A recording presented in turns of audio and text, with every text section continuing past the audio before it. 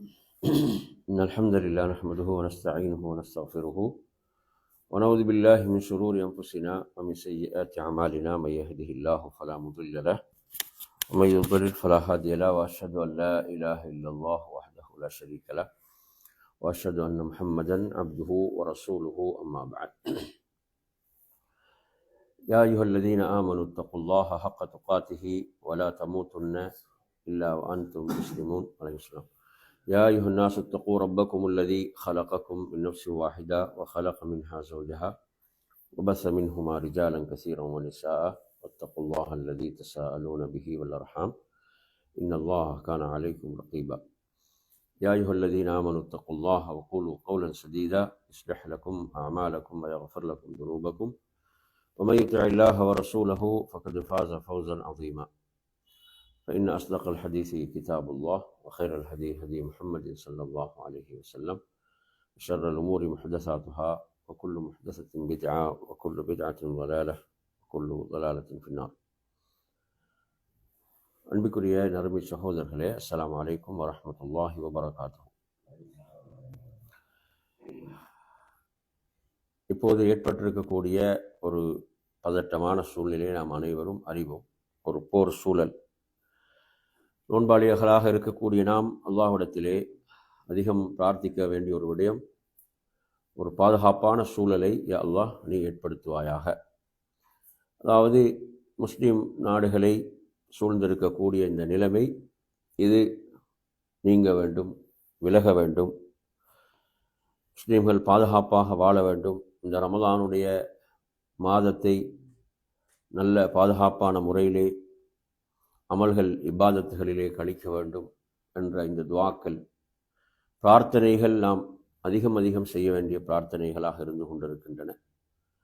பாதுகாப்பான சூழல் என்பது அல்லாஹுடைய மிகப்பெரிய ஒரு அருளாக இருந்து கொண்டிருக்கிறது. நபி இப்ராஹிம் அலைஹிஸ்ஸலாம் அவர்கள் அல்லாஹ்விடத்திலே பிரார்த்திக்கின்ற போது அல்லாஹ் சொல்கிறான் சூரத்துல் பக்ராவுடைய 126 வசனத்தில், ரப்பிஜஅல் ஹாதா பலதன் ஆமினா வர்சுக் அஹ்லஹு மினஸ் ஸமராத் மன் ஆமன மின்ஹும் பில்லாஹி வல் யௌமில் ஆஹிர். நபி இப்ராஹிம் அலைஹிஸ்ஸலாம் அவர்கள் மக்காவுக்காக செய்த துஆ. எப்படி துஆ செஞ்சாங்க? யா அல்லாஹ், இந்த ஊரை பாதுகாப்பானதாக ஆக்கி வைப்பாயாக. எப்படிதானே? எனவே இந்த மக்காவுடைய பாதுகாப்பு என்பது, அதற்காக துஆ செய்வது என்பது நபிமார்களின் முன்மாதிரியாக இருக்கிறது. நபிமார்களுடைய முன்மாதிரி. இப்போ இதனுடைய முஸ்லீம்களுடைய கிபிலாவாக இது இருக்கிறது. ஹஜ்ஜுக்காக உம்ராவுக்காக மக்கள் வரக்கூடிய ஊராக இருக்கிறது. இதில் இப்ராஹிம் அலைஹிஸ்ஸலாம் அவர்கள் இந்த ஊருடைய பாதுகாப்புக்காக அல்லாஹ்விடம் துஆ செய்தார்கள். அதே போன்று அவர்களுக்கு கனிவர்க்கங்களிலிருந்து உணவும் அளிப்பாயாக. அவங்க ரிசுக்கை கேட்பதற்கு முன்பு எதை கேட்டாங்க? பாதுகாப்பை கேட்டாங்க, அம்னை கேட்டாங்க. பாதுகாப்பு அவ்வளோ முக்கியமானது. பாதுகாப்பு அவ்வளோ முக்கியமான ஒரு விடயம்.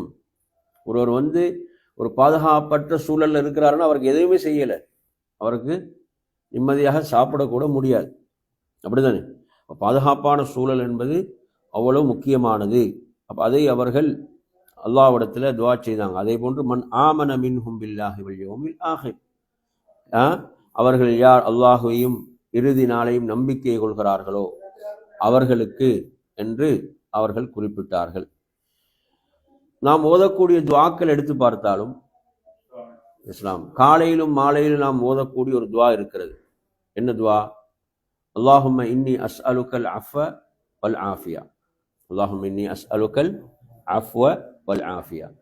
அல்லாஹும்ம இன்னி அஸ்அலுக்கல் அஃவ வல் ஆஃபியத ஃபீ தீனி வ துன்யாய வ அஹ்லி வ மாலி. அல்லாஹும்ம அஸ்துர் ஔராத்தி வ ஆமின் ரவ்ஆத்தி. அல்லாஹும்ம அஹ்ஃபல்னி மின் பைனி யதைய வ மின் கல்ஃபி வ அன் யமீனி வ அன் ஷிமாலி வ மின் ஃபௌகி வ அஊது பிஅஸமதிக அன் உக்தால மின் தஹ்தி. இந்த துஆ தெரியுமா உங்களுக்கு? இது காலை மாலை துஆக்கள் ஒரு முக்கியமான துஆ. காலை மாலை துஆக்கள்ல ஒரு மிக முக்கியமான ஒரு துஆ. இப்போ நான் இந்த துஆவோட பொருளை சொல்றேன், கொஞ்சம் கேளுங்க. எவ்வளோ அழகான ஒரு பொருள் இந்த துஆல இருக்குதுன்னு பாருங்க. முதல் விஷயம் ரசூலுல்லாஹ் இதில் என்ன சொல்றாங்க? அல்லாஹும்ம இன்னி அஸ்அலுக்கல் அஃவ வல் ஆஃபியா. என்ன அர்த்தம்? யா அல்லாஹ், நிச்சயமாக நான் உன்னிடம் ஆரோக்கியத்தையும், அதாவது மன்னிப்பையும், அஃபண்டா மன்னிப்பையும், ஆஃபியத்தா ஆரோக்கியத்தையும் கேட்கிறேன். ஆரோக்கியத்தையும், ஆஃபியத் என்பதற்கு என்ன விளக்கம்? ஆஃபியத் என்பதற்கு எல்லா விதமான நலவுகள், எல்லா விதமான நன்மைகளையும் உள்ளடக்கிய ஒரு வார்த்தை ஆஃபியத். நேரடியாக ஆரோக்கியம் சொல்லுவோம், ஆனால் அந்த வார்த்தை என்பது எல்லா நலவுகளையும் உள்ளடக்கிய ஒரு வார்த்தை. புரியுதா? அடுத்து பாருங்க, அல்லாஹும்ம இன்னி அஸ்அலுக்கல் அஃவ வல் ஆஃபியத ஃபீ தீனி வ துன்யாய வ அஹ்லி வ மாலி. 4 விஷயம் வருது. யா அல்லாஹ், நான் உன்னிடம் மன்னிப்பை கேட்கிறேன், ஆஃபியத்தை கேட்கிறேன். ஃபீ தீனி, என்ன? எனது மார்க்கத்தில், எனது தீன்ல நான் இதை கேட்கிறேன். புரிஞ்சா? மன்னிப்பையும் ஆரோக்கியம் என்று சொன்னா தீன்ல ஒரு நல்ல முறையிலே வாழ்வதற்குத்தான் இதிலே அவர் பிரார்த்திக்கிறார். வ துன்யாய, என்ன? எனது வாழ்வில், எனது வாழ்வில். அடுத்தது வ அஹ்லி, எனது குடும்பத்தில். வமாலி, எனது செல்வத்தில். அப்ப 4 விஷயத்துல இதை கேட்கிறாங்க ரசூலுல்லாஹ். மன்னிப்பையும் அந்த ஈடேற்றத்தையும் நபி அவர்கள் இந்த 4லும் கேட்கிறாங்க. எனது மார்க்கத்தில் முதலாவது, 2வது எனது உலக வாழ்வில், 3வது எனது குடும்பத்தில், 4வது எனது செல்வத்தில். இந்த இதுல பாதுகாப்பு, ஈடேற்றம் எல்லாத்தையும் இது குறிக்கக்கூடிய வார்த்தை. அடுத்து வாங்க, அது துவால அல்லாஹும்ம அஸ்துர் அவுராத்தி, யா அல்லாஹ் எனது மானத்தை நீ மறைப்பாயாக. யா அல்லாஹ் நீ எனது மானத்தை மறைப்பாயாக. அல்லாஹ்விடத்திலிருந்து ஒருவர் இந்த சிறப்பை பெற்றுக்கொண்டால் அவரை யாராலும் இழிவுபடுத்த முடியாது. ஆமீன் ரவ் ஆத்தி, அடுத்து என்ன? அச்சத்திலிருந்து எனக்கு பாதுகாப்பு அளிப்பாயாக. நாங்கள் இந்த காலத்தில் ஓத வேண்டிய ஒரு துவா. ஆமீன் ரவ் ஆத்தி, அச்சத்திலிருந்து நீ எனக்கு பாதுகாப்பு அளிப்பாயாக. அடுத்து அந்த துவா என்ன வருது? அல்லாஹும்ம அஹ்ஃபல்னி மின் பைனி யதைய, என்ன? அதான் நீ எனக்கு முன்னால் என்னை பாதுகாப்பாயாக. அல்லாஹும்ம அஹ்ஃபல்னி மின் பைனி யதைய வ மின் ஹல்ஃபி, எனக்கு பின்னால் என்னை பாதுகாப்பாயா. அல்லாஹும்ம அஹ்ஃபல்னி மின் பைனி யதைய வ மின் ஹல்ஃபி வ அன் யமீனி, எனது வலதில் என்னை பாதுகாப்பாயா. வ அன் ஷிமாலி, எனது இடதில் என்னை பாதுகாப்பாயா. வ மின் ஃபௌகி, எனக்கு மேலால் என்னை பாதுகாப்பாயா. சுப்ஹானல்லாஹ், எப்படியான துஆன்னு பாருங்க. வ மின் ஃபௌகி, எனக்கு மேலால் என்னை பாதுகாப்பாயா. அடுத்து என்ன?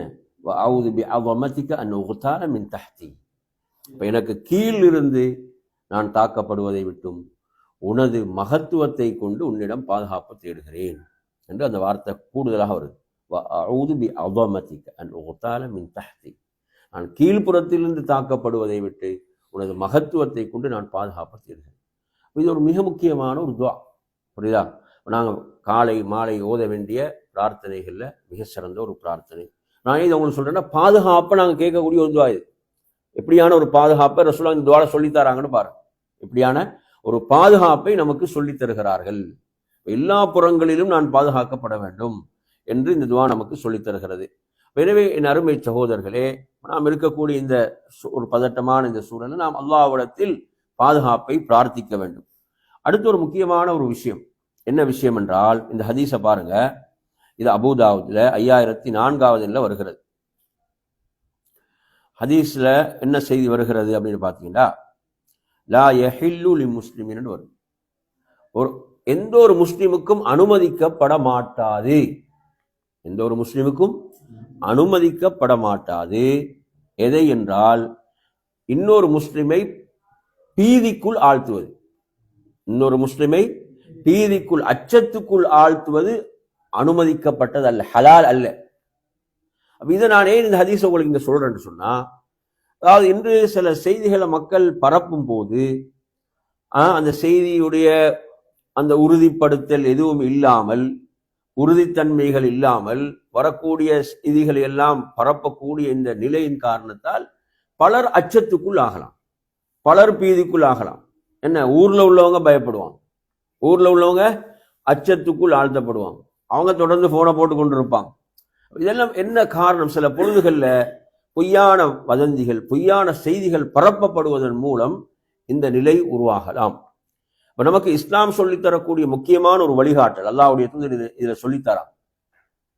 ஒரு முஸ்லிமுக்கு எதுக்கு அனுமதி இல்லை? இன்னொரு முஸ்லிமை அச்சத்துக்குள் பீதிக்குள் ஆழ்த்த அனுமதி இல்லை. ஆனா உண்மையில் ஒரு முஸ்லிம் என்ன செய்ய வேண்டும்? ஒரு முஸ்லிம் உண்மையில் என்ன செய்யணும் பாருங்க. ஒரு அழகான ஒரு முன்மாதிரி. சவுர் குகையில அல்லாஹ்வுடைய தூதரும் அபூபக்கர் சித்திக் ரலியல்லாஹு இருக்கிறாங்க. சவுர் குகையில் ரசூலுல்லாஹ் எப்போது இருந்தாங்க? ஹிஜ்ரத் செய்யும் போது இருந்த குகை. ஹிஜ்ரத் செய்யும் போது அந்த குகைக்குள் இருக்கின்ற போது எதிரிகள் அந்த குகையுடைய வாயிலை அப்படியே சூழ்ந்து விட்டார்கள். எதிரிகள் என்ன செஞ்சிட்டாங்க சொல்லுங்க? அந்த குகையுடைய வாயிலை அப்படியே சூழ்ந்து விட்டார்கள். இது மிக ஒரு அச்சத்துக்குரிய ஒரு நேரமா இல்லையா? எவ்வளவு ஒரு பயம், அச்சம். ஏன்னா நாங்க இப்ப கொல்லப்பட்டு விடுவோம், அவ்வளவுதானே. எதிரிகள் சூழ்ந்துட்டாங்கன்னா என்ன அர்த்தம்? நம்மை கொல்வதற்கு அவர்கள் தேடுகிறார்கள், நாம் இப்போது கொல்லப்பட்டு விடுவோம். அப்ப இந்த நேரத்தில் அபூ ஹுரைரா அவர்கள் பயந்தவர்களாக சொல்கிறார்கள், அல்லாஹுடைய தூதரே, எதிரிகள் தங்களுடைய கால்களை அவங்க கீழே அப்படி பார்த்தாங்கன்னா நம்மை பார்த்து விடுவார்கள். குகை அவ்வளவு உள்ளெல்லாம் கிடையாது. புரியுது அவன் சொல்றது? அப்போது அல்லாஹுடைய தூதர் சொன்ன வார்த்தை தான் இது மிக முக்கியமான முன்மாதிரி.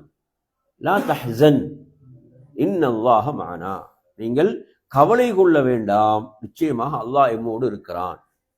அப்ப இந்த வரலாறு நமக்கு என்ன சொல்லித்தருது? என்ன சொல்லித்தருது சொல்லுங்க? அதாவது நாம் பயத்துக்குள்ளாகக்கூடியவர்கள் கூட ஆறுதல் படுத்தது. என்ன சொல்லி தருது? பயத்துக்குள்ளாக்கப்பட்டவர்களுக்கு கூட நாம் என்ன செய்யணும்? ஆறுதல் படுத்த வேண்டும், அவர்களை தைரியப்படுத்த வேண்டும். அப்படி என்ற ஒரு முன்மாதிரியை தான் சொல்லித்தரு. நீங்கள் கவலை கொள்ள வேண்டாம், நிச்சயமாக அல்லாஹ் எம்மோடு இருக்கிறான், நிச்சயமாக அல்லாஹ் எம்மோடு இருக்கிறான் என்று அல்லாஹுடைய தூதர் சொன்னார்கள் என்பதை அல்லாஹ் குர்ஆன்ல சொல்கிறான். எனவே நறுமையான சகோதரர்களே, அந்த அடிப்படையில நாம் தேவையற்ற செய்திகளை பரப்புவதன் மூலம் பிறரை பீதிக்குள் ஆழ்த்தக்கூடாது, பிறரை அச்சத்துக்குள் ஆழ்த்தக்கூடாது. மாறாக நாம் மக்களை ஆறுதல் படுத்த வேண்டும், தைரியப்படுத்த வேண்டும், உறுதிப்படுத்த வேண்டும். அதைத்தான் நமக்கு என்ன செய்து மார்க்கம் சொல்லி தருகிறது. இந்த ஹதீஸையும் நாம் இந்த இடத்தில் உங்களுக்கு நினைவுபடுத்திக் கொள்கின்றேன். அடுத்த நறுமையான சகோதரர்களே, நாம் இருக்கக்கூடிய இந்த ரமலானுடைய மாதம் என்பது உண்மையில் நமது முழு கவனமும் இபாதத்துகள்ல, வணக்க வழிபாடுகள்ல இருக்க வேண்டும். அப்படித்தானே? நமது முழு கவனம் எதில் இருக்கணும்? இபாதத்துகள், வணக்க வழிபாடுகள், குர்ஆனை ஓதுதல், மார்க்க விடயங்கள்ல நம்மை ஈடுபடுத்திக் கொள்ளுதல் என்ற இபாதத்துகளில் நாம் ஒரு முழு ஈடுபாட்டோடு இருக்க வேண்டிய ஒரு மாதம். இந்த மாதம் நம்ம சிந்தனைகளை சிதறடிக்கக்கூடிய இவ்வாறான விஷயங்கள் இப்போது நடந்து கொண்டு இருக்கிறது. இப்படியான செய்திகள் என்ன, இவ்வாறான விஷயங்கள் நடந்து கொண்டு இருக்கின்ற போது நாம் என்ன செய்யணும்? ஒரு மார்க்க விளக்கத்தோடு செயல்பட வேண்டும். எப்படி செயல்பட வேண்டும்? ஒரு மார்க்க விளக்கத்தோடு செயல்பட வேண்டும். நாம் முழுமையாக இந்த செய்திகளுக்குள்ளே போய் இருக்கிற ரமலான் மாதத்தை மறந்து, என்ன நாம் இருக்கிற மாதம் ரமலான் என்பதையும் மறந்து இப்படி நாம் போய்விடக் கூடாது. இது எல்லாம் நிகழ்த்தக்கூடியவன் ரப்புல் ஆலமீன் அல்லாஹ். நாம் அவன் மீது முழுமையாக நம்பிக்கை வைத்து, தவக்குள் வைத்து, நாம் இந்த மாதத்தை எப்படி நாம் உறுதியோடு இதை நல்ல முறையில் பயன்படுத்த வேண்டும் என்ற அந்த நம்பிக்கையோடு நுழைந்தோமோ அதில் நாம் தொடர்ந்து நாம் பயணிக்க வேண்டும். நாங்க ஆரம்பத்தில் கூட ஒரு துவாவை சொன்னோம். எப்படி? மாதத்துக்குள் நுழையும் போது ஒரு துவாவை சொல்லி தந்தோம் உங்களுக்கு. நாங்க மாதத்துக்குள் நுழையும் போது சொல்ல வேண்டிய துவான்னு சொல்லி தந்தோம். என்ன துவா அது? அல்லாஹும்ம அத்கில்ஹு அலைனா பில் அம்னி வல் ஈமான் வஸ்ஸலாமதி வல் இஸ்லாம் வரிதுவானின் மினர் ரஹ்மான் வஜிவாரின் மினஷ் ஷைத்தான். இப்படி ஒரு துவான்னு சொன்னது தானே.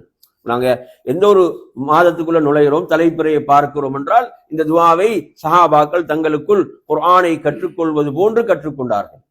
அப்ப அந்த துவா என்ன சொல்லி தருது?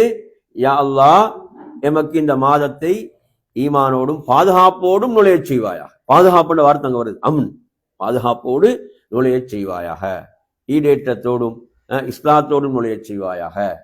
அடுத்து என்ன? இறைவனுடைய பொருத்தத்தோடும் அதே போன்று ஷைத்தானை விட்டு பாதுகாப்பை தேடியவர்களாக நாம் எமக்கு நுழைய செய்வாயாக என்று சொல்லித்தரப்படுகின்ற அந்த வார்த்தை. எனவே நறுமை சகோதரர்களே, நாம் இப்போது நடக்கக்கூடிய இந்த நிகழ்வுகள்ல ரமலான் மாதத்தை நாம் மறந்து இந்த செய்திகளுக்கு பின்னாலே நாம் மூழ்கி போய்விடக் கூடாது. புரியுதா? நாம் இபாதத்தில் கவனம் செலுத்த வேண்டும், அல்லாஹ்விடத்தில் அதிகம் பிரார்த்திக்க வேண்டும்.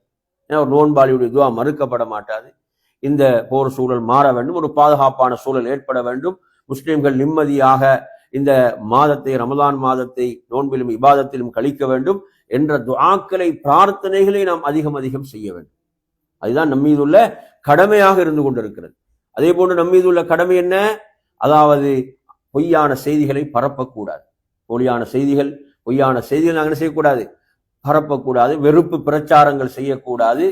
நறுமையான சகோதரர்களே, சிலர் என்ன வாத பிரதிவாதங்களில் ஈடுபட்டு கடைசியில் என்ன செய்யறது, அவன் தனக்கு முன்னால் உள்ளவன காபீர் என்ற நிலைக்கு போயிடுறான்.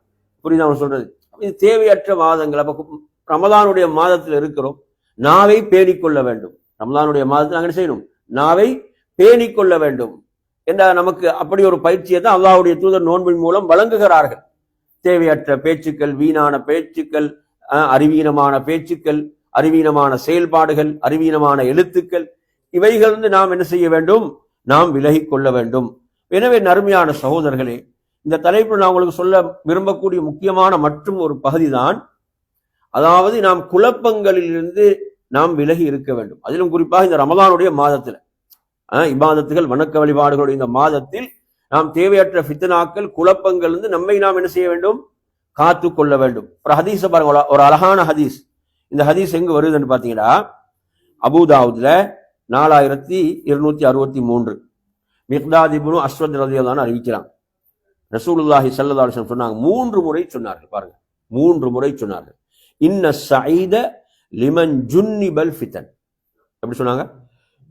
இன்ன ஸஈத லிமன் ஜுன்னிபல் ஃபிதன். 3 தடவை சொல்றான். என்ன இதனுடைய இதனுடைய பொருள் என்னன்னு பாத்தீங்கன்னா, குழப்பங்களை விட்டு யார் பாதுகாக்கப்பட்டானோ அவன் தான் பாக்கியமிக்கவன். பாருங்க எவ்வளவு அழகான வார்த்தை. ஒரு முறையில 3 முறை ரசூலுல்லாஹ் சொல்றான். குழப்பங்களை விட்டு யார் பாதுகாக்கப்பட்டானோ அவன் தான் பாக்கியமிக்கவன். 3 முறை. அப்ப இவ்வளவு முக்கியமான ஒரு ஹதீஸ். அப்ப குழப்பங்களை விட்டு அந்த சேர்ல கூட உட்காரலாம் பாய், அங்க 2 சேர் இருக்குது. சரி, அப்ப எனவே நறுமையான சகோதரர்களே, அந்த அடிப்படையில் கவனிச்சீங்கன்னு சொன்னா, இந்த ஹதீஸ்ல 3 முறை ரசூலுல்லாஹ் திரும்ப திரும்ப எதை சொன்னாங்க சொல்லுங்க? குழப்பங்கள் இருந்து யார் பாதுகாக்கப்பட்டாரோ அவர்தான் உண்மையில் பாக்கியவான். அவர்தான் உண்மையில் பாக்கியவான். அப்ப இந்த ஹதீஸ் நானும் நீங்களும் செயல்படுத்தணுமா இல்லையா? இந்த ஹதீஸுக்குரிய சிறப்புக்குரியவராக நாம் மாற வேண்டுமா இல்லையா? அப்ப நாங்க என்ன செய்ய வேண்டும்? குழப்பங்களை விட்டு எந்த அளவு விலகி இருக்க முடியுமோ அந்த அளவு விலகி இருக்க வேண்டும். இல்லைஞ்சா? பேஸ்புக்ல போறது ஃபித்னாவா, போகக்கூடாது. புரியுதா? வாட்ஸ்அப்புக்குள்ள போறது ஃபித்னாவா, அந்த குரூப் ஃபித்னாவா, அதுக்குள்ள போகக்கூடாது. அப்ப எதெல்லாம் ஃபித்னாவோ, நம்மை குழப்பத்தில் ஆழ்த்துமோ அதற்குள் நாங்க போகக்கூடாது. அந்த சபையில போயிட்டு உட்கார்ந்தா ஃபித்னாவா, சபைக்கு போகக்கூடாது. அவரோடு நட்பு கொள்வது ஃபித்னாவா, நட்பு கொள்ளக்கூடாது. அப்ப ஃபித்னாக்களை விட்டு நாம் விலகி இருக்க வேண்டும். ஃபித்னாக்கள் இருந்து இந்த ஹதீஸ் அதான் சொல்லுது, ஃபித்னாக்கள் இருந்து யார் பாதுகாக்கப்பட்டாரோ அவர் உண்மையில் பாக்கியவான். இதுல தொடர்ந்து அல்லாஹ்வுடைய தூதர் அதுல என்ன சொல்றாங்கன்னு சொன்னா, வலமனிபுதுலிய ஃபஸபர ஃபவாஹா என்றும் இதுல ஒரு வார்த்தை சொல்றாங்க. அதாவது உண்மையில சோதனை வரும்போது அவருக்கு சோதனை வருகிறது, ஏதோ ஒரு வடிவத்தில் சோதிக்கப்படலாம். அதில் அவர் பொறுமையாக இருந்தால் அவர் உண்மையில் பாக்கியவான் தான். அதுல பொறுமையாக இருக்க வேண்டும், அது முக்கியமானது. சில நேரங்கள்ல நான் குழப்பங்களை தேடி போகக்கூடாது, இது முக்கியமான விஷயம். நாங்க குழப்பங்களை தேடி செய்யக்கூடாது, போகக்கூடாது. சில குழப்பங்கள் தேடி வரும், தேடி வந்தா நாங்க என்ன செய்யணும்? அதை விட்டு விரண்டு ஓட வேண்டும். அவைகளை விட்டு நாம் விரண்டு ஓட வேண்டும். அதே நேரத்தில் நாம் உலக வாழ்வில சில சோதனைகளுக்கு உட்படுத்தப்படும் போது அந்த சோதனைகள்ல பொறுமையாக இருக்க வேண்டும். அதுதான் முக்கியம். பொறுமை காக்க வேண்டும். பொறுமை காத்தால்தான் அவருக்கு அல்லாஹ்விடத்தில் சிறப்பும் உயர்வும் இருக்கிறது. சோதனை வந்த உடனே நன்மை கிடைச்சிடுமா சொல்லுங்க? சோதனை வந்த உடனே கிடைக்காது. சோதனையில் அவர் பொறுமையாக இருக்க வேண்டும். அல்லாஹ் சொல்றானா இல்லையா? அல்லதீன இதா அஸாபத்துஹும் முஸீபா, அவர்களுக்கு ஒரு சோதனை வந்தால் அவர்கள் என்ன சொல்வார்கள்? இன்னா லில்லாஹி வ இன்னா இலைஹி ராஜிஊன் என்று சொல்வார்கள். அவங்க தான் பொறுமைசாலிகள். அவங்களுக்கு தான் அல்லாஹ்வுடைய ரஹ்மத்தும் அருளும் என்று அல்லாஹ் குர்ஆன்ல நற்செய்தி சொல்கிறான். எனவே நறுமையான சகோதரர்களே, இப்ப நான் இப்போது உங்களுக்கு சொன்ன ஹதீஸ், இந்த ஹதீஸ் உங்களோட சிந்தனையில வச்சுக்கோங்க. என்ன ஹதீஸ்? குழப்பங்களிலிருந்து பாதுகாக்கப்பட்டவர் உண்மையிலே பாக்கியவான். இப்ப நம்ம ஒவ்வொருவருடைய கடமையும் என்ன? நாம் நம்மை குழப்பத்தில் ஆழ்த்தாமல் இருப்பது, அவைகளுக்குள் நுழையாமல் இருப்பது. அடுத்து நான் உங்களுக்கு சில முக்கியமான வழிகாட்டல்களை சொல்கிறேன்.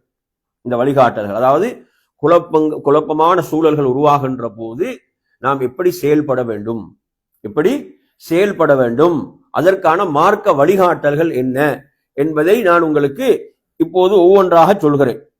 இதுல முதலாவது செய்தி நல்ல ஞாபகம் வச்சுக்கோங்க. முதல் செய்தி என்னவென்றால், அதாவது குழப்பமான சூழல்கள் என்று வருகின்ற போது நமக்குள்ள முதன்மையான கடமை, நாம் அல்லாஹுடைய தூதருடைய சுன்னாவை உறுதியாக பற்றி பிடித்துக் கொள்ள வேண்டும்.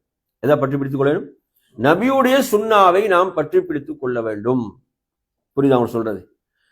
எந்த அளவுக்கு அல்லாஹுடைய தூதர் இந்த செய்தியை சொல்றாங்கண்டா, இந்த ஹதீஸ் நான் இப்ப சொல்ல போகின்ற ஹதீஸ் இர்பாத் இப்னு சாரியா ரலியல்லாஹு அவர்கள் அறிவிக்கிறார்கள். இந்த இர்பாத் இப்னு சாரியா ரலியல்லாஹு அவர்களிடத்துல சில தாபீன்கள் வரான். அந்த தாபீன்களோட பெயர்கள் பாருங்க. அப்துர் ரஹ்மான் இப்னு அம்ர் அஸ்-சுலமி, அதே போன்று இன்னும் சில தாபீன்கள் என்ன செய்யறாங்க, இவர் இந்த நபித்தோழரை சந்திக்க வரான். எந்த நபித்தோழரை? இர்பாத் இப்னு சாரியா ரலியல்லாஹு அவர்களை சந்திப்பதற்காக வருகிறார்கள். இந்த இர்பாத் இப்னு சாரியா ரலியல்லாஹு அன்ஹு அவர்களிடம் வந்து சொல்றாங்க, அவங்க எப்படி வருகிறார்கள் சொன்னால், அவங்க சொல்றாங்க, நாங்க உங்களிடம் வந்திருக்கிறோம், உங்களை சந்திக்கும் நோக்கத்திலும் உங்களை நலன் விசாரிக்கும் நோக்கத்திலும், அவங்க சொல்றாங்க, உங்களை நலன் விசாரிக்கும் நோக்கத்திலும் உங்களிடத்தில் மார்க்க கல்வியை கற்றுக்கொள்ளும் நோக்கத்திலும் வந்திருக்கிறோம் என்று 3 நோக்கங்களை சொல்றாங்க. உங்களிடத்துல மார்க்க கல்வியை கற்றுக்கொள்ளக்கூடிய நோக்கத்திலும் வந்திருக்கிறோம், எனவே நீங்க எமக்கு மார்க்கத்தை சொல்லித்தாங்கன்னு கேட்கிறான். அப்போ சொல்றாங்க, ஒரு நாள் அல்லாஹ்வுடைய தூதர் எமக்கு தொழுகை நடத்தினார்கள். தொழுகை நடத்திவிட்டு எமக்கு ஒரு உபதேசத்தை செய்தார்கள். அந்த உபதேசம் என்பது ஒரு அற்புதமான உபதேசம். அந்த உபதேசம் எப்படியானது என்று சொன்னால், நமது கண்களிலிருந்து கண்ணீர் வெளிப்பட்டன. சஹாபி சொல்றார், நமது கண்களிலிருந்து கண்ணீர் வெளிப்பட்டன, நமது உள்ளங்கள் பயந்தன, நமது உள்ளங்கள் அச்சம் கொண்ட அந்த உரையாக அந்த உரை இருந்தது. அப்போது நாம் அல்லாஹ்வுடைய தூதரிடம் கேட்டோம், யா ரசூலல்லாஹ், இது ஒரு விடைபெறக்கூடிய ஒருவருடைய உரையை போன்று இருக்கிறதே, விடைபெற்று செல்கின்ற விடைபெறக்கூடிய ஒருவருடைய உரையை போன்று இருக்கிறதே என்று சொல்லிவிட்டு நாம் கேட்டோம், அல்லாஹ்வுடைய தூதரே, நமக்கு ஏதாவது நீங்கள் வசியத்து செய்யுங்கள் என்று நாம் கேட்டோம். எமக்கு நீங்க எதை எம்மிடம் எதிர்பார்க்கிறீங்க, எதை விரும்புறீங்க, நாங்க எதுல உறுதியாக இருக்க வேண்டும் என்றதை அவங்க கேட்கிறாங்க. சஹாபாக்கள் கேட்கும் போது நபி அவங்க முதலாவது சொன்னாங்க, ஊசிக்கும் பித்தக்வல்லாஹ்.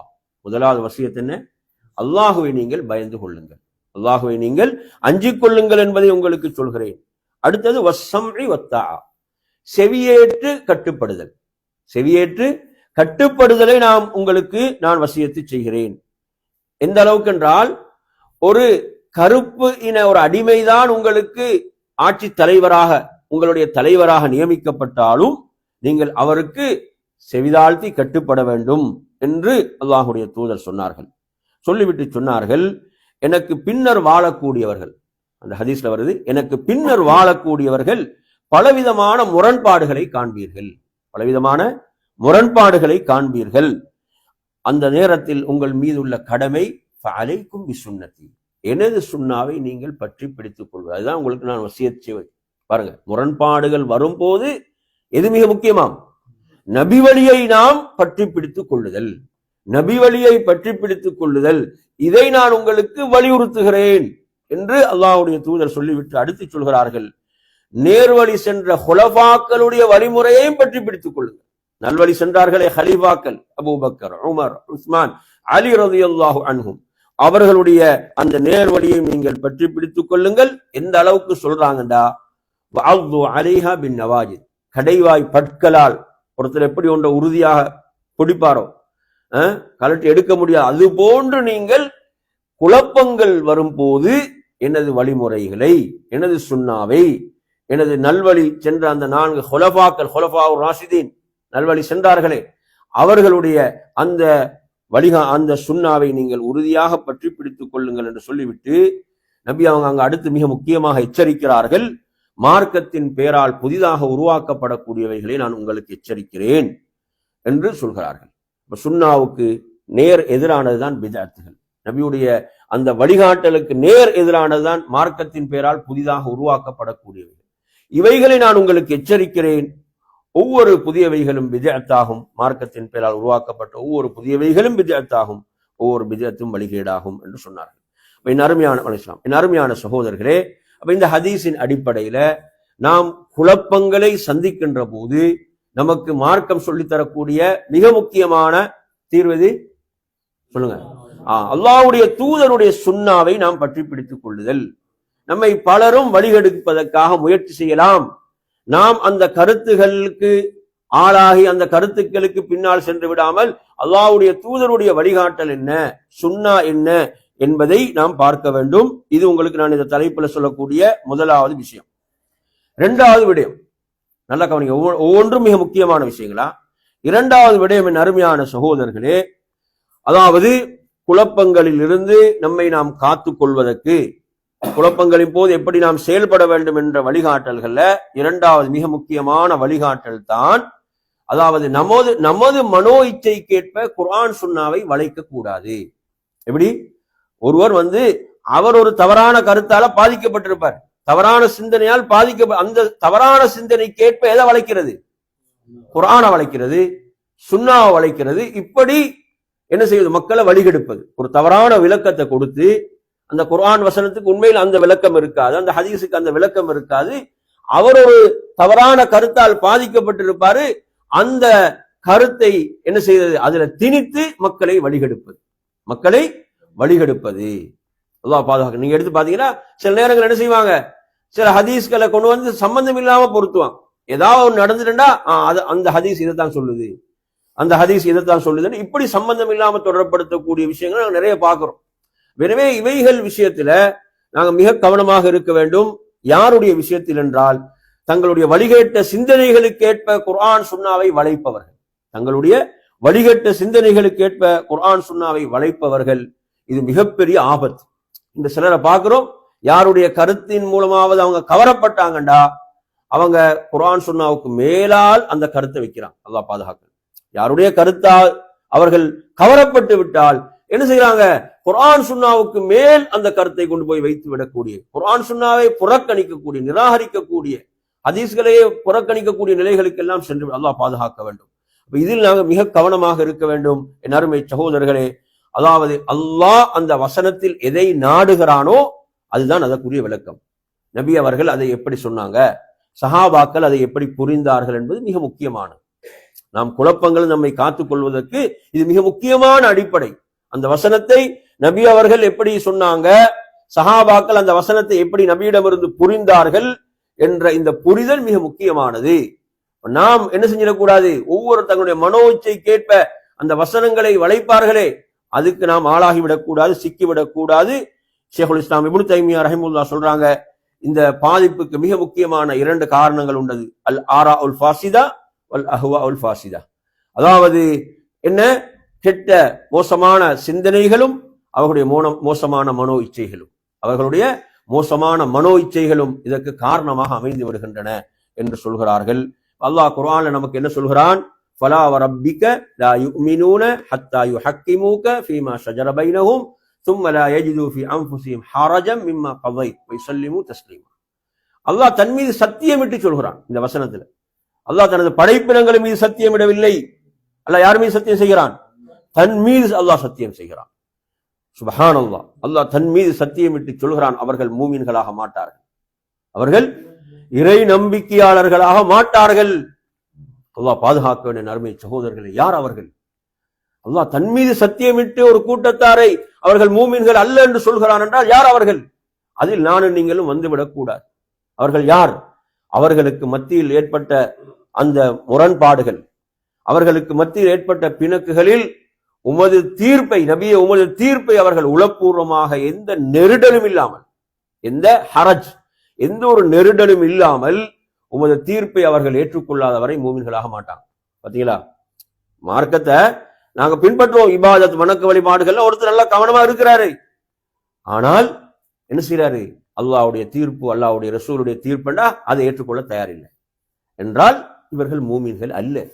அல்லாஹ் சொல்கிறான், இதுவரை அவங்க எந்த ஒரு நெருடலுக்குள்ளாகாமலும் உமது தீர்ப்பை மனப்பூர்வமாக ஏற்றுக்கொள்ளாத வரை, சுப்ஹானல்லாஹ், அதற்கு அவங்க முழுமையாக கட்டுப்படாத வரை. எனவே நறுமை சகோதரர்களே, எனவே ஒருவர் இதை ஏற்றுக்கொள்ளாம தனது சுய சிந்தனைக்கேற்ப குர்ஆனை வளைக்கிறது, ஹதீஸை வளைக்கிறது, இது ஒரு மிக பெரும் வழிகேடு, மிக பெரும் குழப்பம். இதில் நாம் ஆளாகிவிடக் கூடாது என்பதற்கு இதை நான் உங்களுக்கு சொல்கிறேன். இதுக்கு நிறைய ஆதாரங்களை இன்னும் சொல்லலாம். இப்ப 2 விஷயம் சொல்லிடுறேன். என்ன? குழப்பங்கள் நம்மை நாம் காத்துக்கொள்வதற்குரிய வழிமுறைகள்ல முதல் விஷயம் என்ன படிச்சோம்? சுன்னாவை நாம் உறுதியாக பற்றி பிடித்துக் கொள்ளுதல். இது முதல் விஷயம். 2வது விஷயம் நாம் என்ன சொன்னோம்? குர்ஆன் சுன்னாவுடைய ஆதாரங்களை தங்களுடைய மனோ இச்சைகளுக்கு ஏற்ப வளைப்பார்களே, அவர்கள் விஷயத்துல கவனமா இருக்கு. அப்படியானவர்களுடைய விஷயத்தில் என்ன, அவங்களோட பேச்சு திறமையை வைத்து, வாத திறமைகளை வைத்து இப்படியெல்லாம் என்ன செய்யலாம்? மக்களை வழிகெடுக்கலாம். இவர்களுடைய விஷயத்தில் நாம் மிக கவனமாக இருக்க வேண்டும். 2வது, இதெல்லாம் அறிஞர்கள் எப்போ அடையாளப்படுத்திய விஷயங்கள். 3வது விஷயம் நீங்க எடுத்தீங்கன்னு சொன்னா, நாம் நம்மை குழப்பங்கள் நம்மை காத்துக்கொள்வதற்கான வழிகாட்டல்கள்ல நாம் மார்க்க கல்வியை தேடிக்கொண்டே இருக்க வேண்டும். நாங்க எந்த அளவு இல்மை பெற்றுக்கொள்வோமோ அந்த அளவுக்கு நம்மை யாராலும் நெருங்க முடியாது, வழிகெடுக்க முடியாது. நாம் குர்ஆனை படிக்கின்றோம், ஹதீஸை படிக்கின்றோம். இந்த குர்ஆன் ஹதீஸுடைய இல்மை நாம் என்ன செய்கிறோம்? கற்றுக்கொண்டிருக்கும் காலம் எல்லாம், அந்த இல்மை நாம் பெற்றுக்கொண்டிருக்கும் காலம் எல்லாம் நாம் மார்க்கத்தில் உறுதியாகுவோம். யாராலும் எம்மை என்ன செய்ய முடியாது? லேசாலாம் வழிகெடுத்துட முடியாது. ஏன்? எம்மிடம் மார்க்க அறிவு இருக்கிறது, இல்ம் இருக்கிறது. எனவே நறுமை, இது ஒரு முக்கியமான விஷயம். நறுமை சகோதரர்களே, உங்கள்கிட்ட ஒரு இல்ம் இருந்தால் உங்களை நீங்க என்ன சொல்லுவீங்க? குர்ஆன் இப்படி சொல்லுது, ஹதீஸ் இப்படி சொல்லுது, இதற்கு சஹாபாக்கள் இப்படி இதை விளங்கி இருக்கிறாங்க, எனவே வழிகெடுக்க முடியாது. நம்மிடம் இல்ம் இருந்தால் அப்படிதானே? நமக்கு ஒருத்தர் நமக்கு ஒரு தெரியாத சப்ஜெக்டை பத்தி பேசுறான்னா ஏமாத்திட்டு போயிட்டுருவோம். நமக்கு ஒரு தெரியாத சப்ஜெக்டை பத்தி ஒருத்தர் பேசுறான்னு வைங்களேன், தெரியாத ஒரு சப்ஜெக்டை பத்தி பேசி நமக்கு பதில் சொல்ல முடியுமா? சொல்லுவோம். ஏன்னா நமக்கு தெரியாது, சப்ஜெக்டே தெரியாது. அவர் என்ன செஞ்ச சர்வசாதாரணமா ஏமாற்றி விட்டு போகலாம். மார்க்க விஷயங்களின் அருமை, நமக்கு மார்க்கத்துடைய அந்த இல்ம் இல்லை என்றால் எம்மை சர்வசாதாரணமாக ஏமாற்றி விடுவாங்க. நம்மிடம் இல்ம் இருந்தால், மார்க்க கல்வி இருந்தால், ஞானம் இருந்தால் நாம் விடமாட்டோம். நாம் கேட்போம், ஏன் இப்படி சொல்லுது, குர்ஆன்ல இப்படி வருகிறது, ஹதீஸ் இப்படி சொல்லுது, இப்படியான சூழல்கள் சஹாபாக்கள் இப்படி செயல்பட்டு இருக்கிறார்கள். எனவே நறுமை நாம் நம்மை குழப்பத்தை காத்துக் கொள்வதற்கு மிக முக்கியமான 3வது வழிகாட்டல் தான் நாம் மார்க்க கல்வியை தேடுதல். நாங்க எங்க நேரங்களை மிச்சம் எதுல யூஸ் பண்றோம்? இந்த செய்திகளுக்கு பின்னாலதான் கழிச்சு கொண்டிருக்கிறோம். செய்திகள், அந்த செய்திகளுக்கு பின்னால்தான் நிறைய நேரம் கழியுது. மார்க்கத்தை நாங்கள் கற்றுக்கொள்வதற்கு நமது நேரங்களை கொஞ்சம் பயன்படுத்தினால் இப்படியான குழப்பங்கள் நம்மை நாம் காத்துக்கொள்ளலாம். எனவே நாம் அறியாமையிலிருந்து, ஜஹலிலிருந்து நாம் விடுபட்டு மார்க்க கல்வியை தேடக்கூடியவர்களாக, கற்கக்கூடியவர்களாக மாற வேண்டும். அது எம்மை என்ன செய்யும்? குழப்பங்களிலிருந்து நம்மை காக்கும், குழப்பங்களிலிருந்து நம்மை காக்கும். அவங்களுக்கு தெரியும், அதாவது அபூ பக்கர் சித்தீக் ரலியல்லாஹு அன்ஹு அவர்கள் குழப்பங்களை எப்படி எதிர்கொண்டாங்க, ரசூலுல்லாஹ்வுடைய மௌத்தோட ஏற்பட்ட குழப்பங்களை அவர்கள் அணுகிய விதம் எவ்வாறு என்றதை நாங்கள் படிக்கிறோம். அவர்களுக்கு அவ்வளவு பெரிய ஒரு விளக்கம் அங்கு அவர்களிடம் இருந்தது என்பதை பார்க்கிறோம். இப்ப மார்க்க விளக்கங்கள் என்பது எம்மை குழப்பங்கள் பாதுகாக்கும். அப்ப நாங்க என்ன செய்யணும்? மார்க்க கல்வியை கற்றுக்கொள்ள வேண்டும், மார்க்க கல்வியை தேட வேண்டும். இதுல உங்களுக்கு 3வது வழிகாட்டல். இது தலைப்புல நாம் நிறைய விஷயங்களை பேசலாம். ஆனா உங்களுக்கு முக்கியமா இவைகளை ஞாபகம் வைத்துக் கொள்ள வேண்டும் என்பதற்காக இவைகளை நான் தொட்டுக்காட்டி சென்று கொண்டிருக்கிறேன். 4வது விடயம், என் அருமையான சகோதரர்கள், இதுல மிக முக்கியமான விஷயம் என்னவென்றால், அதாவது நாம் மார்க்க அறிஞர்களை பற்றி பிடித்துக் கொள்ள வேண்டும். இது மிக முக்கியமானது. யார? உலமாக்கல், சமுதாயத்தில் உள்ள உலமாக்கல், அறிஞர்கள். அறிஞர்களை நாம் என்ன செய்ய வேண்டும்? அவர்களிடமிருந்து மார்க்கத்தை பெற வேண்டும், மார்க்க தீர்ப்புகளை பெற வேண்டும். நாங்கள் ஒரு குழப்பமான சூழல்ல இருக்கிறோம் என்றால் மார்க்க அறிஞர்கள் இந்த குழப்பமான சூழலை பற்றி என்ன தீர்ப்பு சொல்லி இருக்கிறாங்க, என்ன மார்க்க தீர்ப்பு சொல்லி இருக்கிறார்கள், இதில் எப்படி செயல்பட வேண்டும் என்று சொல்லி இருக்கிறார்கள் என்று நாம் மார்க்க அறிஞர்களோடு நமது தொடர்பை ஆக்கிக் கொள்ள வேண்டும். மார்க்க அறிஞர்களோடு நாம் இருக்க வேண்டும், அவர்களுடைய மார்க்க தீர்ப்புகளை பெற வேண்டும். இது மிக முக்கியமான ஒரு அம்சம், என் அருமை சகோதரர்களே. ஏனென்றால் இன்று நீங்க எடுத்து பார்த்தீங்கன்னா, அதாவது நாங்க யார்கிட்ட இருந்து மார்க்கத்தை எடுக்கிறோம் என்றே தெரியாத அளவுக்கு நிலைமை மோசமடைந்து விட்டது. அப்படிதானே? நாங்க ஒரு வெப்சைட்ல, ஒரு இணையதளத்திலிருந்து மார்க்க கல்வி எடுப்பதாக இருந்தாலும் அந்த தளம் யாருக்குரியது என்று தெரிய வேண்டும். அந்த இணையதளம் யாருக்குரியது, யார் நடத்துறாங்கன்றது நமக்கு தெரிய வேண்டும். இது யார்? நாங்க மார்க்க கல்வி எடுக்கிறோம், ஒரு வாட்ஸ்அப் குரூப்பாக இருக்கலாம், ஒரு பேஜாக இருக்கலாம், இதை நடத்தக்கூடியவர்கள் யார் இது என்று நாம் மார்க்க கல்வியை எடுக்கக்கூடிய இடம் மிக முக்கியமானது. அறிஞர்கள் அதனாலதான் என்ன சொன்னாங்க, மார்க்கம், இந்த இல்ம் என்பது தீன், இந்த இல்ம் என்பது அது மார்க்கம், அதை நீங்க யாரிடமிருந்து பெறுகிறீர்கள் என்பதை பார்த்துக் கொள்ளுங்கள் என்று குறிப்பிடுவார்கள். அந்த அடிப்படையில் அருமையான சகோதரர்களே, இன்று நாங்க பார்க்கிறோம் என்ன அளவுகோல்களை வச்சிருக்கிறாங்க இன்றைக்கு என்றா, யாருக்கு வீவர்ஸ் அதிகமாக இருக்கிறது, எந்த யூடியூப் சேனல்ல அதிகமான சப்ஸ்கிரைபர்ஸ் இருக்கிறாங்க, வீவர்ஸ் இருக்கிறாங்க, இவைகள் அளவுகோல்கள் அல்ல. நல்ல சிறந்த பேச்சாளர்களாக இருக்கலாம், சிறந்த பேச்சாளர்களாக இருக்கலாம், நல்ல முறையில மக்களிடத்துல கருத்துக்களை முன்வைக்கலாம். ஆனால் அறிஞர்களை நாங்க அப்படி அளவுகோல் அது அல்ல. அறிஞர்கள் என்றால் அவங்க மார்க்கத்தை துறை போக கற்றவர்கள், அவர்கள் சமூகத்தில் அடையாளப்படுத்தப்பட்டு இவங்க தான் அறிஞர்கள், இவர்களிடமிருந்து தான் நாங்கள் மார்க்கத்தை பெற வேண்டும் என்று. நறுமையான சகோதரர்களே, இது மிக முக்கியமான விஷயம். இல்லை என்றால் நாம் வழிகட்டு விடுவோம். அல்லாஹ்வுடைய தூதர் எப்படி சொன்னாங்க? அல்லாஹ்வுடைய தூதர் சொன்னார்கள், அறிவு ஒரே தடவையாக உயர்த்தப்பட மாட்டார். அறிவு ஒரே தடவையாக உயர்த்தப்பட மாட்டார். அறிவு எப்படி உயர்த்தப்படும்? ஆலிம்களுடைய உயிர்கள் கைப்பற்றப்படுவதன் மூலம் தான். அப்ப அந்த நிலை என்பது மிக பெரிய ஒரு நஷ்டம் சமுதாயத்துக்கு, இல்லையா? அப்படி ஆலிம்களுடைய உயிர்கள் கைப்பற்றப்பட்டு அதன் பிறகு மக்கள் என்ன செஞ்சிருவாங்க? கடைசியில அறிவினர்களை தங்களுடைய தலைவர்களாக எடுப்பார்கள், அவர்கள் மார்க்க தீர்ப்பு வழங்குவார்கள், அவர்களும் வழிகட்டு பிறரையும் வழிகெடுப்பாங்க. இப்ப நாங்க அப்படியானவங்களுக்கு பின்னால போயிடக்கூடாது. இது நாம் என் அருமை, இது அறிஞர்கள் நமக்கு வழிகாட்டக்கூடிய முக்கியமான ஒரு விஷயம். நாம் என்ன செய்ய வேண்டும்? மார்க்க அறிஞர்கள் இதற்கு சொன்ன தீர்ப்பு என்ன, இந்த குழப்பமான காலங்கள்ல எப்படி செயல்படுமாறு தீர்ப்பு வழங்கி இருக்கிறாங்க, இந்த மாதிரியான பிரச்சனை இஸ்லாமிய உம்மத் எதிர்கொண்ட போது எப்படியான மார்க்க தீர்ப்புகளை வழங்கி இருக்கிறார்கள், இவைகள் எல்லாம் மிக முக்கியமான விஷயம். எனவே நறுமையான சகோதரர்களே, நாங்க உலகம் என்று வரும்போது உலக விஷயங்கள்ல எவ்வளவு தேடி பார்த்து அலசி ஆராய்ந்து சொல்கிறோம், நாம் தேடி செய்கிறோம். ஆனா தீன் என்று வரும்போது அதுல அலட்சியமா இருந்தா எவ்வளவு பெரிய நமது மறுமைதான் நஷ்டமாகும், நமது மறுமைதான் நஷ்டமாகும். எனவே நறுமையான சகோதரர்களே, இதுல நாலாவது வழிகாட்டல், மூன்றாவது வழிகாட்டல், நாலாவது வழிகாட்டல், ஐந்தாவது வழிகாட்டலின் அருமையான சகோதரர்களே, அதாவது நாம் இஸ்லாமிய உம்மத்தை விட்டு பிரிந்து செல்லக்கூடாது. இந்த மனோநிலை இருக்கக்கூடாது. எந்த மனோநிலை? இஸ்லாமிய உம்மத்தை விட்டு, ஜமாத்தை விட்டு பிரிந்து செல்லக்கூடிய மனோநிலை இது இருக்கக்கூடாது. எப்போதும் நாம் ஜமாத்தோடு, சமூகத்தோடு ஒன்றாக இருக்க வேண்டும். அல்லாஹ் குர்ஆன்ல எப்படி சொல்றான்? வமை யத்தபி கைர சபீலில் முஃமினீன். குர்ஆனுடைய வசனம் பாருங்க, வமை யத்தபி கைர சபீலில் முஃமினீன். யார் மூமின்களுடைய வழி அல்லாத வழியை பின்பற்றுவாரோ, நல்ல கவனிங்க. இங்க மூமின்கள் என்று சொல்லப்படுவதில் யார் முதன்மையா வருவாங்க? சொல்லுங்க. சஹாபாக்கள். யாரு முதன்மையா வரக்கூடியவங்க? சஹாபாக்கள். ஏன்னா அவங்க இருக்கும் போதுதான் குர்ஆன் இறங்கியது. அல்லாஹ் இந்த வசனத்தில் எப்படி சொல்கிறான்? வமை யத்தபி கைர சபீலில் முஃமினீன். மூமின்கள் செல்லாத வழியை யார் பின்பற்றுவார்களோ நுவல்லிஹி மா தவல்லா, அதே வழியில் அவர்களை நாம் அனுப்புவோம். வனுஸ்லிஹி ஜஹன்னம் வஸஅத் மஸீரா. மோசமான தங்குமிடமாகிய நரகத்தில் அவர்களை சேர்ப்போம். எந்த வழியில் நாங்க போனோம்டா? அதாவது இஸ்லாமிய உம்மத்துடைய வழி இருக்கிறது, அந்த வழியை விட்டு நாம் தனித்து செயல்பட ஆரம்பிப்போமாக இருந்தா, அருமையான சகோதரர்களே, இது நாம் இஸ்லாமிய ஜமா கூட்டமைப்பு. நாங்க இங்க சொல்ல வரல, அதாவது வழிகேட்ட பின்பற்றுங்கன்னு சொல்ல வரல. இங்க அதாவது ஒட்டுமொத்த சமுதாயம் ஒரு நாள் வழிகேட்டில் ஒன்று சேராதுன்னு சொல்லுவாங்க. இந்த உம்மத்தை பத்தி சொல்லி இருக்கிறாங்க.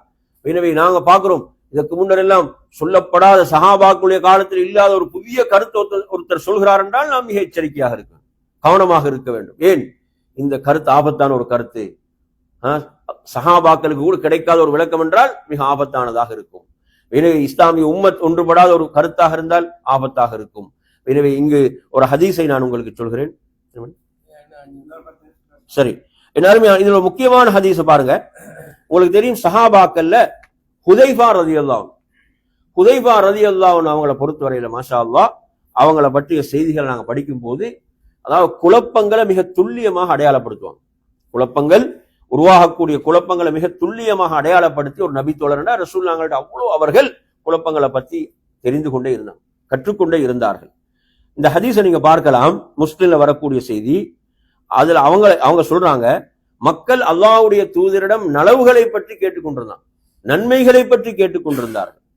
நானோ அல்லாஹ்வுடைய தூதரிடம் தீமைகளை பற்றியே கேட்டுக்கொண்டிருந்தேன், தீமைகளை பற்றியே கேட்டுக்கொண்டிருந்தேன். ஏனென்றால் அதில் நான் விழுந்து விடக்கூடாது என்பதற்காக, அதற்குள் நான் வீழ்ந்து விடக்கூடாது என்பதற்காக நான் குழப்பங்களை, ஷர்ரை பற்றியே கேட்டுக்கொண்டிருந்தேன் என்று சொல்றார். அல்லாஹ்வுடைய தூதர் ஒரு முறை அவர் கேட்கிறார் பாருங்க, இன்னா குன்னா ஃபி ஜாஹிலியத்தின் வஷர்.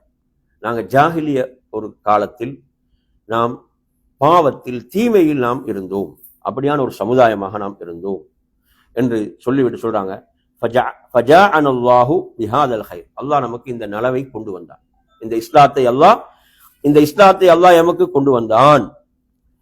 அப்படி சொல்லிட்டு அவங்க கேட்கிறாங்க, இந்த நலவுக்கு பிறகு ஏதாவது தீமை இருக்குமா யார சொல்லலாம்?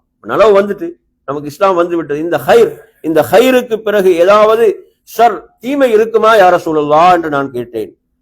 அப்போது ரசூலுல்லாஹ் ஆம் என்று சொன்னார்கள். ஆம் என்று சொன்னார்கள். அடுத்து நான் கேட்டேன், அந்த தீங்குக்கு பிறகு மறுபடியும் நலவு இருக்குமா யார சொல்லலாம்? அதற்கும் அல்லாஹ்வுடைய தூதர் ஆம் என்று சொல்லிவிட்டு சொன்னார்கள். ஆனால் அதில் ஒரு தகன் இருக்கும். தகன் என்றால் என்ன? ஒரு கலப்பு மாதிரி சொல்றது, ஒரு மயக்கமான நிலை, ஒரு தகன் அதுல இருக்கும். தகனுக்கு விளக்கம் கேட்டாங்க. அப்ப ரசூலுல்லாஹி ஸல்லல்லாஹு அலைஹி அவர்கள் தகனுக்கு விளக்கம் சொல்றாங்க. அழகான விளக்கம் பாருங்க, இது முக்கியமான விளக்கம், நாங்க ஒவ்வொருவரும் தெரிய வேண்டிய விளக்கம். ரசூலுல்லாஹ் சொல்றாங்க, யஸ்தன்னூன பிகைரி சுன்னத்தி என்றாங்க. எனது வழிமுறை அல்லாத வழிமுறையை அவர்கள் பின்பற்றுவாங்க. எனது வழிமுறை அல்லாத வழிமுறைகளை பின்பற்றுவார்கள். இதுதான் அந்த குழப்பம். புரியுது அவங்க சொல்றது? இதிலிருந்து நாங்கள் எம்மை பாதுகாத்துக் கொள்ள வேண்டும். அடுத்து சொல்றாங்க, வயஹ்தூன பிகைரி ஹதி, நான் காட்டாத வழிகாட்டல்களை அவங்க மக்களுக்கு காட்டிக் கொண்டிருப்பாங்க, அதை பின்பற்றுவார்கள். நான் காட்டாத வழிகாட்ட. நாங்கள் இதுல இருந்து எவ்வளவு கவனமாக இருக்க வேண்டிய ஒரு விஷயமா இருக்கு. முக்கியமான ஒரு செய்தி இந்த ஹதீஸ். அதே போல அவங்க சொல்றாங்க, அவர்களில் நீங்கள் என்ன செய்வீங்க? நலவை காணுவீர்கள், அதே போன்று அவர்களிடம் தீமைகளையும் காணுவீர்கள் என்று அல்லாஹ்வுடைய தூதர் சொல்லிவிட்டு சொல்றாங்க. அடுத்து அதற்கு பிறகு ஏதாவது நலவு இருக்குமா யார ரசூலுல்லாஹ் என்று கேட்டபோது, அந்த நலவுக்கு பிறகு ஏதாவது ஷர் தீமை இருக்குமான்னு மறுபடியும் கேட்கிறான். அப்படி கேட்கும் போது சொல்றாங்க, ஆம், அதற்கு பிறகு ஒரு ஷர் இருக்கும். அந்த ஷர் எப்படிப்பட்டது என்றால், சிலர்கள் துஆத்து அலா அபுவாபி ஜஹன்னம், எங்க நரகத்துடைய வாயில்களின் பால் அழைக்கக்கூடிய அழைப்பாளர்கள் தோன்றுவார்கள். எதுக்கு அழைப்பாங்களாம்? நரகத்தின் வாயில்களின் பால் அழைக்கக்கூடிய அழைப்பாளர்கள். யாராவது அவர்களுக்கு பதிலளித்தால் அவர்களை நரகில் வீசி விடுவாங்க. நாங்கள் சொல்லலாம், அந்த நரகத்தின் அழைப்பாளர்களுக்கு யாராவது பதிலளித்தால், நல்லா புரிஞ்சுக்கோங்க, ஷிர்கின் பால் அழைக்கக்கூடிய, விஜாத்துகளின் பால் அழைக்கக்கூடிய இவ்வாறான அழைப்பாளர்கள் நாங்கள் மிக எச்சரிக்கையாக இருக்க வேண்டும். அவர்கள் உங்களை நரகத்திலே எரிந்து விடுவார்கள். அப்போது கேட்கிறாங்க, யார சொல்லா அவங்க எப்படிப்பட்டவங்க? அப்படி நரகத்தின் பால் அழைக்கக்கூடிய அந்த அழைப்பாளர்கள் நாங்கள் எப்படி தெரிந்து கொள்வது என்று சொல்லும் போது சொல்றாங்க, அவங்க எமது தோலை கொண்டவங்க தான், எம்மில் உள்ளவர்கள் தான், எமது மொழியை பேசக்கூடியவர்கள் தான் என்று ரசூலுல்லாஹ் சொல்றாங்க. நாங்கள் மிக கவனமாக இருக்க வேண்டும் என் அருமை சகோதரர்களே. இந்த ஷிர்க்குகள், பித்அத்துகள், இதன் பால் அழைக்கக்கூடிய அழைப்பாளர்கள். அடுத்து அதுல சொல்றாங்க, யா ரசூலல்லாஹ், இப்படியானவர்கள் நான் அடைந்து கொண்டால் நான் என்ன செய்ய வேண்டும் என்று கேட்கிறான். இப்படியான இந்த வழிகேடுகளை நரகத்தின் பால் அழைக்கக்கூடிய அழைப்பை அடைந்து கொள்ள என்ன செய்ய வேண்டும் சொல்றாங்க? நீங்க இஸ்லாமிய கூட்டமைப்பையும் அதன் தலைவரை நீங்கள் உறுதியாக பற்றி பிடித்துக் கொள்ளுங்கள். இப்போ கேட்கிறாங்க, அப்படி ஒரு கூட்டமைப்போ இமாமோ இல்லை என்றால் என்ன செய்வது?